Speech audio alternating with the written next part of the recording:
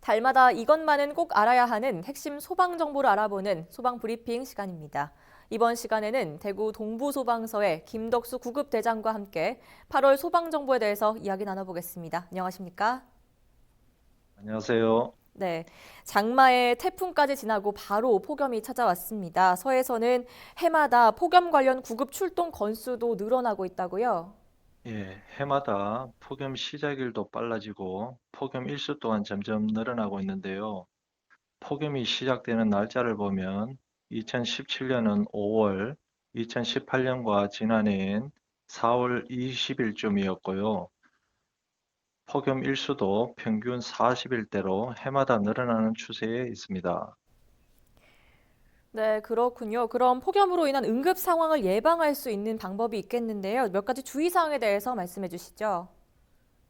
네, 첫째는 무더위가 지속되는 여름철에는 더욱 기상 상황에 주의를 기울여야 합니다. 더위로 인해 발생할 수 있는 온열 질환, 예를 들면 열사병, 열탈진, 열경련 등 질환별 주요 증상을 알고 응급처치 방법을 사전에 익혀두는 것이 중요합니다. 두 번째로는 본인의 건강 상태를 잘 파악해야 합니다. 온열 질환에 취약한 어린이, 임산부, 고령자, 기저질환자 등은 체온 조절 기능이 약하기 때문에 더욱더 주의가 필요합니다. 마지막으로 폭염이 지속되는 한낮 시간대엔 가급적 외출을 자제하시고 가능한 노출을 최소화하며 규칙적으로 물을 자주 마시는 습관이 필요합니다. 네, 그렇다면 동부소방서가 대비하고 있는 폭염 대비 구급 대책은 뭔가요? 네, 우선 저희 서에서는 기온에 따라 폭염 단계를 관심, 주의, 경계, 심각 단계로 나누어 동원 인력 편성에 유동적으로 대응하고 있습니다. 폭염 TF팀 안전대책본부를 구성하여 운영 경계태세를 강화할 예정입니다. 또한 오늘 환자 병원 이송 체계를 마련하여 환자가 발생했을 경우 신속한 처치와 이송이 이루어질 수 있도록 노력하고 있으며 그 외에도 대원별 폭염 피해 예방을 위한 위기 대처 능력 향상 교육을 주기적으로 시행하고 있습니다. 또한 응급상황관리센터에서도 의료지도 상담 등을 통해 폭염 대비 서비스를 제공하고 있습니다. 네, 여름철에는 앞서 말씀하신 것처럼 폭염 피해도 많지만 풍수의 사고도 많이 일어납니다. 어떤가요? 네, 기후변화에 따른 지역적인 편차가 큰 만큼 이번 집중호우로 인해 전국적으로 피해가 컸었는데요. 앞으로도 태풍이나 국지성호우에 따른 피해가 예상됨에 따라 산사태 및 간헐 상습 침수지역, 인명 피해가 우려되는 지역 등 수시 현장 확인을 통해 유사 사고에 대비할 예정입니다. 또한 기상특보에 따라 비상근무 체제로 변경, 선제적 대응을 함으로써 인명, 재산 피해를 최소화하기 위해 최선의 노력을 다하도록 하겠습니다. 네, 불철주야 노력하는 동부소방서의 모습을 보니까 시민으로서 참 안심이 됩니다. 요즘 구급대원 폭행 사고가 또 끊이지 않아서 구급대장으로서 좀 우려가 크실 것 같은데요. 어떠신가요?